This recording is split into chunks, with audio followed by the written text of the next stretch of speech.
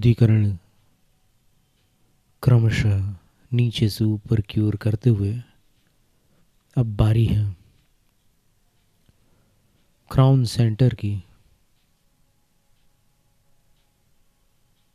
सहस्रार चक्र।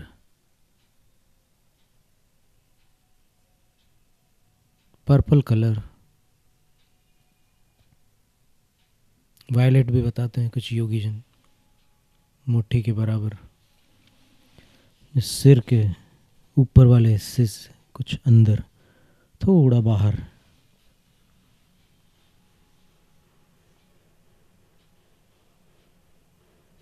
घड़ी के कांटे की भांति ऊर्जा की भंवर।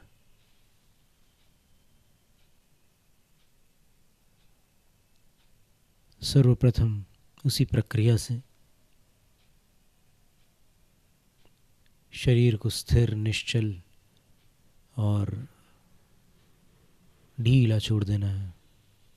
रीढ़ सीधी रखकर 9 कदमों में पूरे शरीर को शून्य जैसा करना है।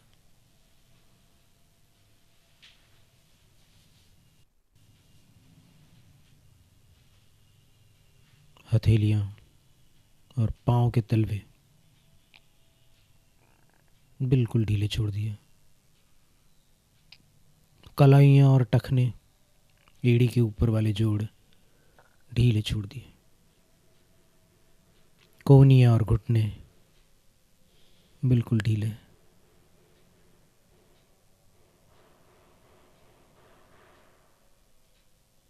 कंधे और हिप जॉइंट्स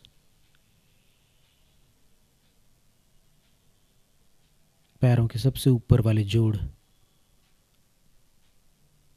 जो पैरों को धड़ से जोड़ते हैं,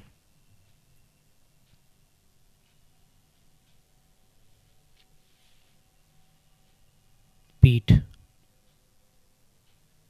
छाती, पेट, गला, गर्दन, सिर और चेहरा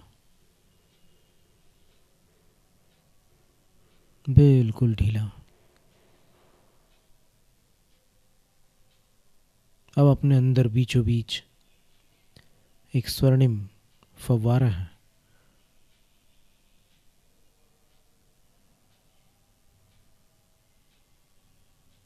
जिसमें से कोई तरल पदार्थ तो नहीं, किंतु प्रकाश फूट रहा है। सफेद बिंदु है, फिर अब सफेद प्रकाश हो गया, अब बढ़ता चला जा रहा है।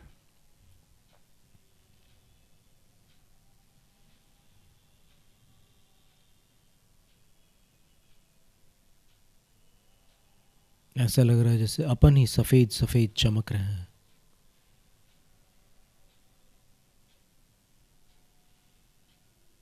उस प्रकाश की ऊर्जा भी अपन महसूस कर रहे हैं।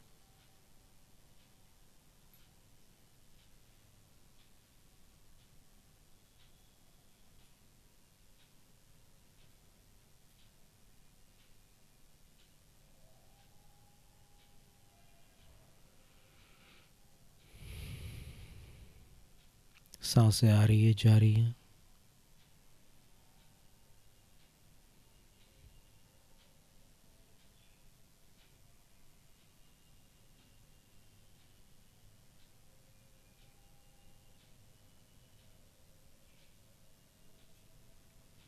अब उस बैंगनी रंग के, जामुनी रंग के ऊर्जा केंद्र को अपन देख रहे हैं, बंद आंखों से देख रहे हैं।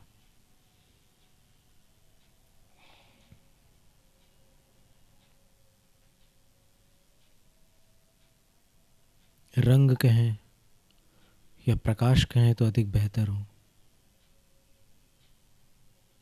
बैंगनी प्रकाश है।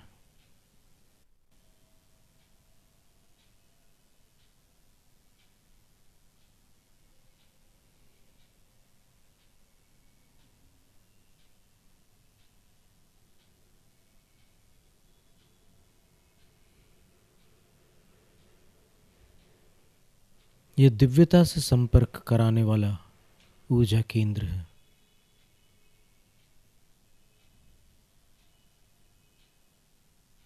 आध्यात्मिक अनुभूतियों से जोड़ने वाला ऊर्जा केंद्र है।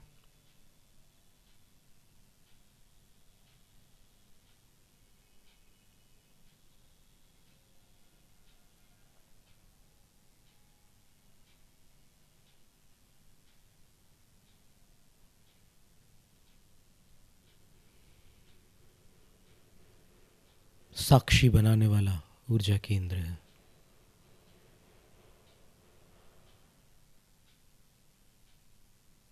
दिव्य संपर्क कराने वाला ऊर्जा केंद्र है।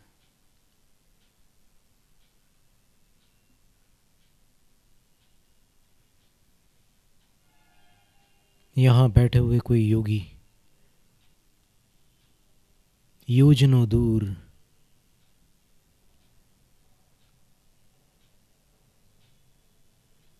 किन्हीं साधक से संपर्क कर सकते हैं।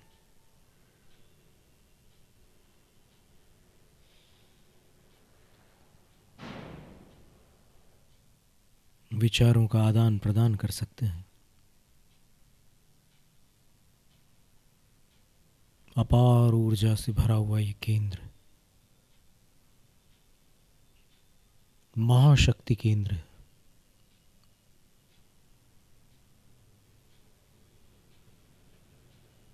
साधना के अभाव में, सत्संगति की दुर्लभता में, प्रमाद की अधिकता में, आलस्य के वातावरण में, व्यसनों में और दुनियादारी के गोरख धंधों में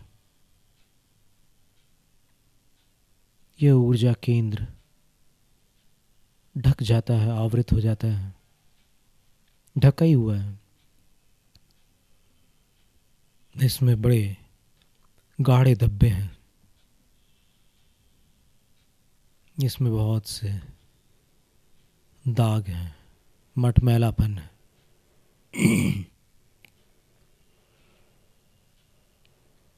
लेकिन अब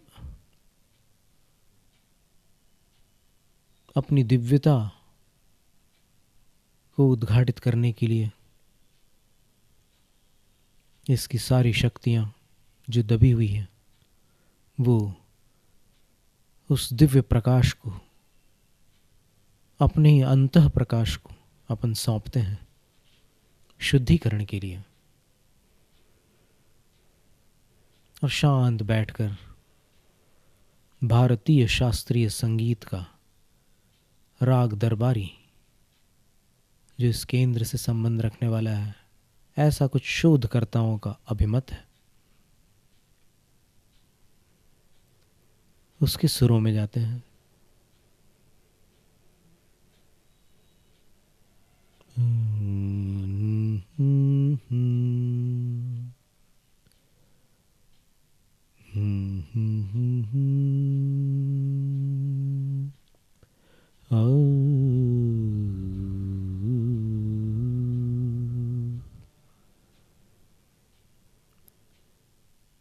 तुभ्यं नमस्त्रिभुवनार्तिहराय नाथ।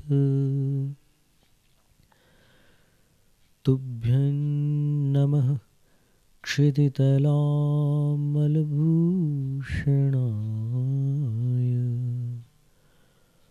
तुभ्यं नमस्त्रिजगतः परमेश्वराय। तुभ्यं नमो जिनभवो दधिशोषणाय।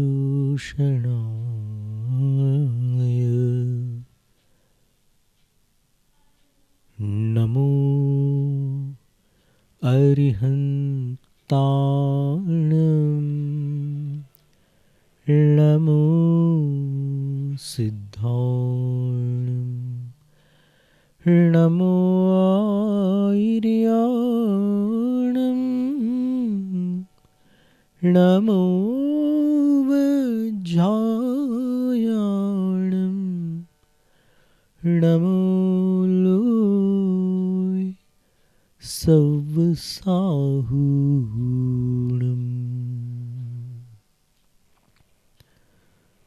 मध्य रात्रि को यदि महामंत्र की इस तरह आराधना की जाए, ओम, ओंकार की आराधना की जाए, ओम,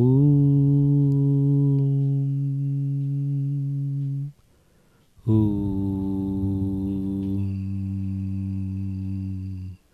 ओम, ओम,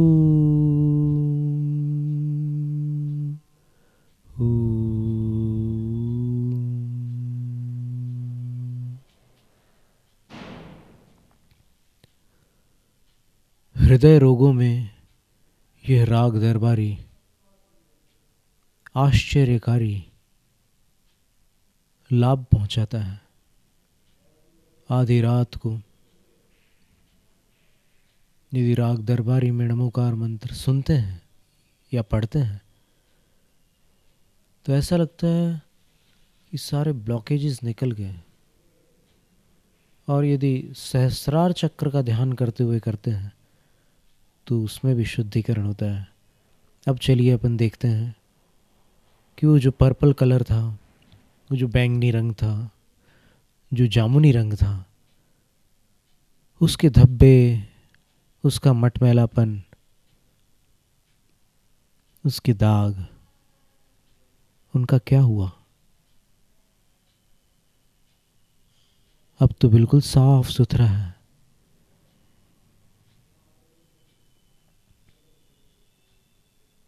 एक असाधारण शक्ति, एक असाधारण पवित्रता, एक असाधारण तटस्थता, एक असाधारण साक्षी भाव,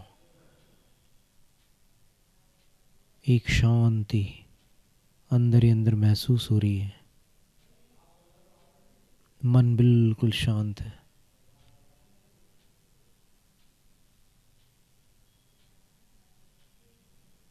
ध्यान, आराधना, उपासना, भक्ति, जप, तप, इसमें जब मन लीन होता है तो शांति और आनंद अवश्यंभावी है।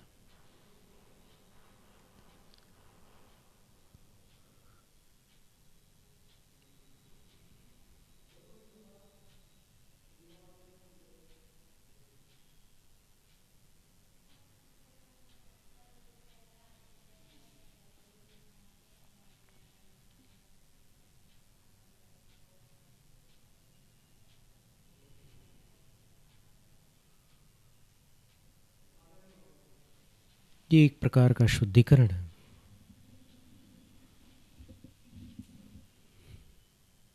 भले ही मेडिकली अपन चेक करें तो फिर साइंटिस्ट लोगों को ऐसा कुछ न मिले फिजिकली, पर एनर्जेटिकली देखें तो जैसे ऑरा वीडियो स्टेशन एक प्रोग्राम आता है, उसमें वो व्यक्ति के हाथ को ऐसे रखते हैं स्कैनर पर और वहाँ उसके 23 पेजेस निकल करके आते हैं और फिर उसके ऑरा में कौन सा वर्ण प्रधान है, रेड ऑरा है, ग्रीन ऑरा है, येलो ऑरा है, ये सारी चीज़ें उसमें निकल करके आती है। उसकी प्रकृति और उसके बारे में बहुत सारी जानकारी आ जाती है। एडास कैमरा से भी, एडवांस डिजिटल ऑरा स्कैनिंग, उससे भी बहुत कुछ इसमें से पकड़ में आ जाता है। कैंसर के मरीज़ के आभा मंडल में कुछ काले दाग, जिनको पीड़ाएं हैं, जोड़ों में बहुत तेज़ दर्द है, उन हिस्सों में एकदम लाल रंग। तो ऐसे अलग अलग रंगों से बहुत कुछ उसमें आजकल वैज्ञानिक लोगों ने खोज निकाला है।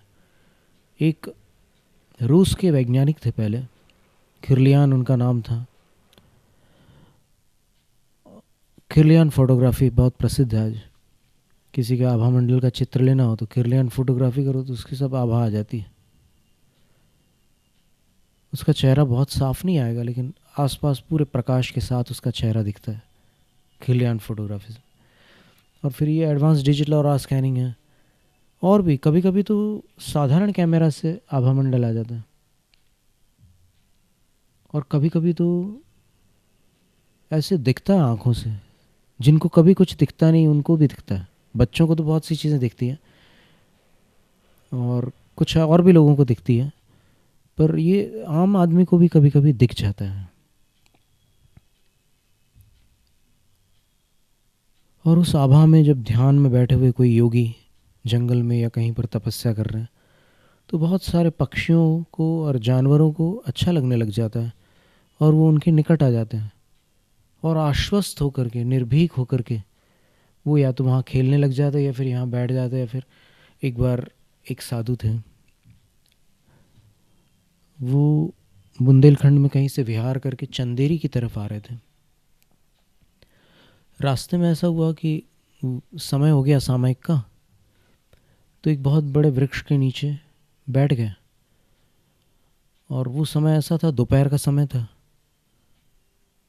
और करीब यही नवंबर का समय था। अभी तो दिसंबर चल रहा है, लेकिन नवंबर का महीना था। तो उस समय जब वो बैठे ऐसे, तो उनको पता नहीं था कि ये पेड़ कौन सा पेड़ है, किसका पेड़ है यहाँ पर, और किन का आवागमन है। तो थोड़ी देर बाद वहाँ पर बहुत सारे जानवर आ गए, क्योंकि वो टाइम था जानवरों का, उसी पेड़ के नीचे सारे जानवर बैठते थे दोपहर में। तो बहुत सारे जानवर आ गए, पर अब वो सामायिक में बैठ गए तो बैठे रहे वो। तो फिर बकरियां एकदम पास आ गई उनके, और फिर एक बकरी उनकी गोद में ऐसे सिर रख करके सो गई। अब ये हर किसी के साथ क्यों नहीं होता ऐसा? अब एक और कोई व्यक्ति आकर के वहाँ बैठ जाता तो फिर कहो दूसरे पेड़ के नीचे चले जाते सारे जानवर, उस पेड़ के नीचे आते ही नहीं। पर ये साधु बैठे हैं और फिर ऐसी घटना हो गई। ये सन 1987 की बात है, 87 की नवंबर की। और उन मुनिश्री का नाम हम लेने में कोई संकोच नहीं करते, मुनि स्वभाव सागर जी उनका नाम। तो दिगंबर मुनि है, निर्ग्रंथ। तो उनकी गोद में वो बकरी आकर के सो गई थी। तो ऐसी घटनाएं होती है साधुओं के जीवन में। इसमें मतलब ऐसा असंभव नहीं लगता अपने को, क्योंकि हमने भी उस जीवन में बहुत कुछ देखा, तो फिर ऐसा लगता है कि होता तो है, पर सबके साथ नहीं होता। तो ये आभा के शुद्धिकरण का बड़ा अद्भुत महत्व है जीवन में। अपनी आभा जितनी शुद्ध होती है, अपने चक्र जितने स्वस्थ होते हैं, अपन उतने बढ़िया होते हैं, और फिर अपने से मिलने वालों को भी उतना ही लाभ मिलता है, और दुनिया में पवित्रता कुछ अंशों में बढ़ती है। और अगर सब लोग ये शुद्धिकरण कर लें तो फिर फ़र्क तो पड़ेगा ना, प्रदूषण तो कम होगा दुनिया का। अब प्रदूषण जो होता है, सिर्फ वायु प्रदूषण को प्रदूषण नहीं कह सकते, जल प्रदूषण को ही मात्र प्रदूषण नहीं कहा जा सकता। प्रदूषण जो होता है thought pollution, professor LC Jain कहा करते थे वैचारिक प्रदूषण। आपको पता नहीं, कोई आपके बगल में बैठ जाता तो आपको एकदम बेचैनी होने लग जाती है, और किसी के पास आप बैठ जाते तो आपको लगता है कि यहाँ से उठना ही नहीं है, बैठे ही रहो, बड़ा सुकून मिलता है। तो ऐसा क्यों? किसी मंदिर में आप जाते तो फिर मन लग जाता है, और किसी मंदिर में जाता है तो लगता है कि भागो, यहाँ नहीं जम रहा, मुझे अच्छा नहीं लग रहा, बिल्कुल निकलो बाहर। क्या बात है? दोनों बातें हैं, एक तो अपने अंदर की स्थिति भी और वो बाहर की स्थिति भी है, एक स्थिति नहीं है, दोनों स्थितियां हैं। तो इस प्रकार ये शुद्धिकरण की जो बात है, इस पर भी ध्यान देने योग्य है। जैसे अपन नहाते हैं, बहुत लोग ठंड में थोड़ा सा गैप भी ले लेते हैं, लेकिन ठीक है, नहाते हैं तो फिर एक स्वच्छता तो आती है, शरीर की त्वचा धुल जाती है और सफाई हो जाती है। तो कुछ अंदर की भी सफाई तो आवश्यक है। अंदर की सफाई यानी शरीर के भीतर की भी और मन की भी, दोनों की, क्योंकि शरीर को ऊपर से साफ करने मात्र से काम नहीं चलता, अंदर से भी सफाई आवश्यक है। इसलिए कहते हैं कि महीने में 3 दिन लिंडा गुडमैन ने स्टार साइंस में लिखा है कि अगर व्यक्ति महीने में 3 उपवास करता है और उपवास अगर निर्जल नहीं करता तो फिर उसको फलों का रस लेकर के उपवास करना शुद्धिकरण के लिए बहुत उपयोगी है। और उसने तो अंगूर के रस का सुझाव दिया। तो अगर 3 उपवास कर रहा है और फिर अंगूर के रस का सेवन कर रहा है तो फिर 1 महीने के लिए वापस फ्रेश हो गया उसका शरीर, डिटॉक्सिफाई हो गया। अंगूर का बीज एक ऐसा बीज है जिससे वो शरीर को बेहद लाभ पहुंचता है, पर लोग बीज उठा के बाहर फेंक देते हैं। खैर ठीक है, अभी बहुत सारी बातें सीखनी है, अपार भंडार है। जैनम जयतु शासनम, जैनम जयतु शासनम, जैनम जयतु शासनम।